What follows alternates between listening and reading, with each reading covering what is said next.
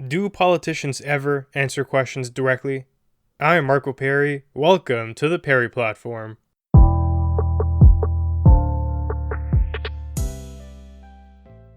Today's discussion comes courtesy of the National Post.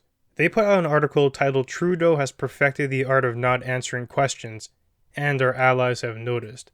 Now, before we get too deep into that, I want to extend the topic. Pretty much every politician that I've heard speak knows how to answer questions without really answering the question.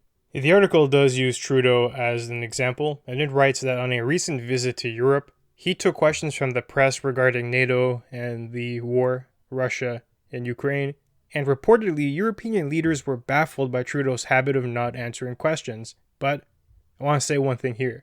I read the entire article, but there is not a shred of example or evidence of this occurring. I wanted to hear what exactly did Trudeau say then at these European press conferences that got other world leaders to question his authenticity. No example. No evidence that he even did it. So this is actually an example of poor journalism, too. You can critique the politicians for not answering questions, but in today's world, modern media material also has problems too. Writing stories and establishing quote-unquote facts without actually giving any facts. Now, the only reason why I've decided to go ahead with this article and take it at face value is because I do know that it's actually true. I've seen enough of Trudeau to know that that is his mannerism, and it stems out to a bunch of other politicians as well. They have an art form now of communicating, one where the downsides are low, and the upside doesn't really matter. Because negative press is quite dangerous, so they want to play to their base, and that's it. The article makes a valid observation. It writes that Trudeau and many other politicians reply to questions. It's not like they're not answering them, but he doesn't get to the heart of what's being posed. Never. And that isn't an accident.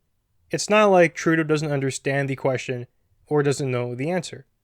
I feel like this excuse has become tired, assuming that head honchos of a country are idiots.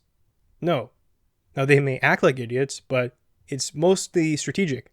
They're doing it for a reason. In fact, what's most likely the case is that these politicians and parties and everyone involved in this sphere go through extensive media training and they develop a type of message discipline. Generally acceptable answers, and anything that deviates from that list is considered heresy. The article goes on to say that it doesn't matter what the question is. It doesn't matter how direct, it doesn't matter how worthy of an answer the matter is. It doesn't matter how desperately Canadians deserve to know. The Prime Minister is going to say whatever he has chosen to say. The reporter's question is just a prompt. And that is related to what we just talked about. It's scripted. It's not authentic. They know what they're going to say before they're even asked a question. And they're going to fit it into the mold. Your question can be amazing. It can be very direct. It can be very specific. But expect a broad, general answer that doesn't really answer what you've posed. Here are some examples that I've concocted which wouldn't be out of the ordinary.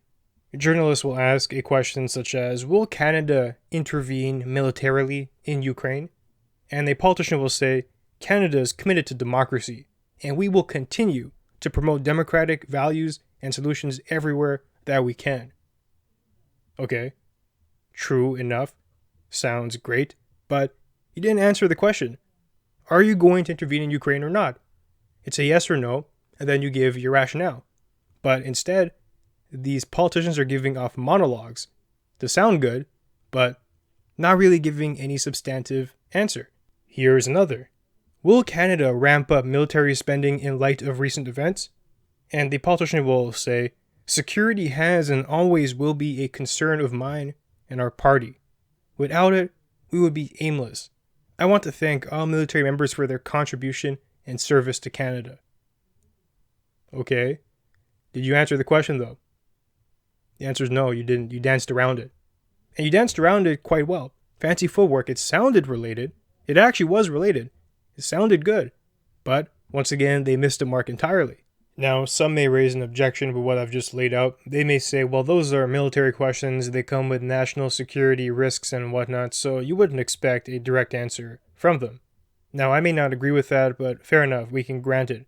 This line of answering relates to every type of question possible, even something as benign as housing. A reporter may ask something along the lines of, do you acknowledge the rapidly growing problem of housing affordability in Canada? And a politician would respond with something like, housing is a right for all Canadians. Everyone deserves a place in Canada. We all belong here, and housing is no different than that. Okay, but again, we didn't really get to the crux of it, and you can expand this to any other topic. The more controversial, the more vague they'll be. You can expect them not to deviate at all from the script. A topic like perhaps COVID-19, public health, immigration. These things would be scripted well in advance. It doesn't actually matter what question is posed. They might as well just go off and give their answers without even having the reporters there. Given this pattern, one must naturally ask why. Why do politicians resort to this type of tactic? Well, as hinted at before, it's simply a measure of risk tolerance. To go up on stage, there is a plethora of things that could go wrong for you. And as a politician, your entire career hinges on your public perception. It's better to be seen as the average politician, the boring person who has no personality, than someone who says something destructive, and your base turns on you, and your job is over. Be inauthentic, but at least you're electable. At least you're no different than your peers. The cost of a mistake is large. If Trudeau were to say something incorrectly or to fumble his words, it'd be all over the paper, all over social media. People will weaponize it against him. So, given this context, is it a surprise that politicians have adapted a defensive stance? Honestly, it's not that surprising, but it's still a bad thing. It's bad for our democracy. It's bad for transparency. And people, media outlets, average citizens, we all play a role in that. To not be willing to forgive and forget. To not take answers within context. To not give these politicians breathing room where they feel comfortable being transparent. Those are problems on our end. Having said that, there is a balance though. There's a ton of responsibility on the politicians' end as well. These are grown-ups. They can handle the pressure. That's what they applied for, essentially. So although people could be less hostile, especially on social media, well, politicians have to grow a spine and be grown-ups here. What they're sacrificing for their own personal benefit, their own gain, is horrendous. I find that government transparency is down the toilet. Nobody really knows what's going on because politicians are not forthcoming. This will inevitably dumb down the population where people are only familiar with talking points and platitudes. I think a particularly strong example of this is related to immigration. How many times have we heard Trudeau and other politicians say something along the lines of immigration is our strength? And that's all people parrot, but when you ask them to dive down deeper, what do you mean by that? What strengths are you referring to? They can't do it. You know Trudeau won't say anything. Now, there are strengths in immigration for sure. Canada actually hinges upon that being successful, and there are right ways and wrong ways to go about that. But still, we should have more substantial discussions about it.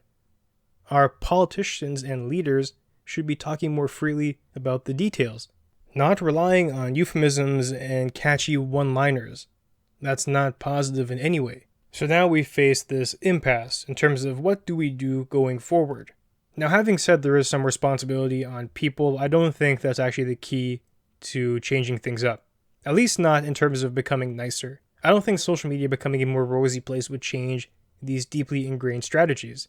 People will play a role, but in a second. First, I do think this responsibility falls primarily on journalists and reporters. If you get a crappy answer from a politician, you have to hound them. Make them uncomfortable. Make them crack. Of course, the politicians are going to be well trained with media, but the media can develop training on their own end too to counter that. Keep pressing until you get thrown out. If the politician hasn't answered your question, tell them that. Excuse me, sir, but respectfully, you haven't answered the question. I'm asking you, is military intervention happening or not? Yes or no? And they don't answer again, call them out on it. You didn't answer the question. Yes or no? Then keep going until security has to toss you out. And here's where people come in. Hold them accountable now. Call them out. Why didn't you answer the question? You had an opportunity to do so. If you answer the question and you fumble, well, at least you tried, and there is some grace that can be had. But if you're playing shady, then you deserve all the contempt and scorn that comes your way on social media and the media in general. I think what people really want in terms of leadership is a real, authentic person. Somebody who will talk to them, trust them with knowledge, and not try to act as if Canadian citizens are children who can't handle the truth, acting as if they can't handle complex information. We need somebody who has personality, somebody who is a true leader, inspiring and has certain values. Truth being at the top of the hierarchy there, not an empty suit, not somebody who will completely just resort to platitudes ad nauseum, make you sick of hearing the same thing over and over again, and in fact there is no purpose in tuning in to their press conferences because we already know what's going to come out of them. The same crap. And interestingly enough, you can draw a line from this conversation to many other domains too. If you watch sports, you can notice it with the players and the coaches. When asked questions, it's all the same stuff over and over again. Coach, what do you think about the opposing team's offense in the first quarter? Well, it was powerful, but we're going to adapt to it. Thank you. Well, they didn't actually talk about what exactly was powerful. It's not a specific answer to that game. It's actually the same quote, though, rehashed time and time again. How about companies when their CEOs are giving press conferences? The same thing. Standard media training is toxic, and it's antithetical to truth and transparency and openness. And it actually forces you into a box. It takes away your personality and forces you to play it safe at all times. It would be interesting to one day see a Canadian politician who doesn't abide by these practices and to see if the consequences they imagined come to fruition. How about a Canadian politician who does actually try to answer the questions posed to them? And as a result, they do fumble, they do say incorrect things, but after they'll apologize. For example, do their ratings go down or do they go up? Or do they stay the same? Can they weather a social media storm? I think that actually is the most exaggerated consequence. Who actually cares? You have 10 people angrily tweeting at you. Okay, hop off Twitter. I think you'll be okay. I think you'll get through that. And there'll be a new controversy tomorrow to brush away whatever you've done. But the benefits of being genuine, I think that's something that actually could be non-intuitive here. Although there is fear of the downside, there could be a ton of reward that could be gained by an authentic leader for simply revealing their human side. Now, of course, there's even a caveat to add here. I'm not talking about leaders who are ill-prepared for speeches and presentations and they're going off the cuff on everything. Of course, you have to do your homework. The problem here is addressing questions as they come, not spitting out scripts. And of course, you don't want a fool. If somebody is real, but their realness is off-putting, it's making Canada look like a dunce country, then of course we don't want that. Now, there is a middle ground, and the two poles are corporate media training on one hand and authentic response on the other. You can find a balance there that is a lot better than where we currently lie. And with that, it does bring us to the end of our conversation for today. If you enjoyed the material, be sure to leave a review and share. They'll help us grow. And you can find me online at perryplatform.org and on social media at perryplatform. Thanks for joining me, and I'll see you soon.